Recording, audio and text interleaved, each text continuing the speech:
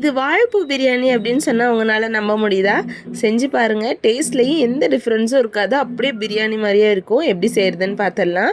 ஒரு குக்கரில் oil plus key add பண்ணிவிட்டு ஹோல் ஸ்பைசஸும் ஆட் பண்ணி எசன்ஸ் இறங்கினதுக்கப்புறமா ஒரு பெரிய வெங்காயத்தை தின்னாக ஸ்லைஸ் பண்ணி இந்த மாதிரி கலர் சேஞ்ச் ஆகிற வரைக்கும் வணக்கிக்கலாம். இது கூட மல்லி புதினா போட்டு நல்லா வணங்கினதுக்கப்புறமா 1 ஸ்பூன் இஞ்சி பூண்டு பேஸ்ட்டு இது போட்டதும் அடிப்பிடிக்கும். ஸோ கிளறிட்டே இருக்கணும். நல்லா வணங்கினதுக்கப்புறமா ஒரு தக்காளி பெருசாக ஆட் பண்ணிவிட்டு நல்லா கொத்து விட்டு வணக்கிக்கலாம். ஆயில் பிரிஞ்சு வந்ததும் கொஞ்சமாக பட்டை கிராம்பு தூள், தேவையான அளவு மிளகாத்தூள், ஒரு பச்சை மிளகாய் ஆட் பண்ணிவிட்டு நம்ம கட் பண்ணி க்ளீன் பண்ணி வச்சுருக்கிற வாழைப்பூவே ஆட் பண்ணி நல்லா வணங்க விடணும். தேவையான அளவு உப்பு மட்டும் சேர்த்துட்டு இதில் கொஞ்சமாக தண்ணி விடுற வரைக்கும் வணக்கிட்டு நீங்கள் எடுத்துருக்கிற ரைஸ்க்கு ஏற்ற மாதிரி தண்ணி அட்ஜஸ்ட்மெண்ட்டை மட்டும் மாற்றிக்கோங்க. நான் இன்றைக்கி நார்மல் ரைஸில் தான் பண்ணியிருக்கேன். சீரக சம்பாவில் பண்ணிங்கன்னா டேஸ்ட்டு இன்னும் சூப்பராகவே இருக்கும். நல்லா உல வந்ததுக்கப்புறமா ஊற வச்சுருந்த அரிசியை போட்டுட்டு கடைசியாக கொஞ்சம் மல்லி புதினா தூவிட்டு கொஞ்சமாக லெமன் பிழிஞ்சிக்கலாம். தயிர் இருந்தால் அதையுமே கொஞ்சம் ஆட் பண்ணிவிட்டு டேஸ்ட் பார்த்துட்டு கடைசியாக ஒரு ஸ்பூன் கீ ஆட் பண்ணிவிட்டு லிட் போட்டு க்ளோஸ் பண்ணி விசில் வந்ததுக்கப்புறமா ப்ரெஷர் ரிலீஸ் ஆனதுக்கப்புறமா ஓப்பன் பண்ணி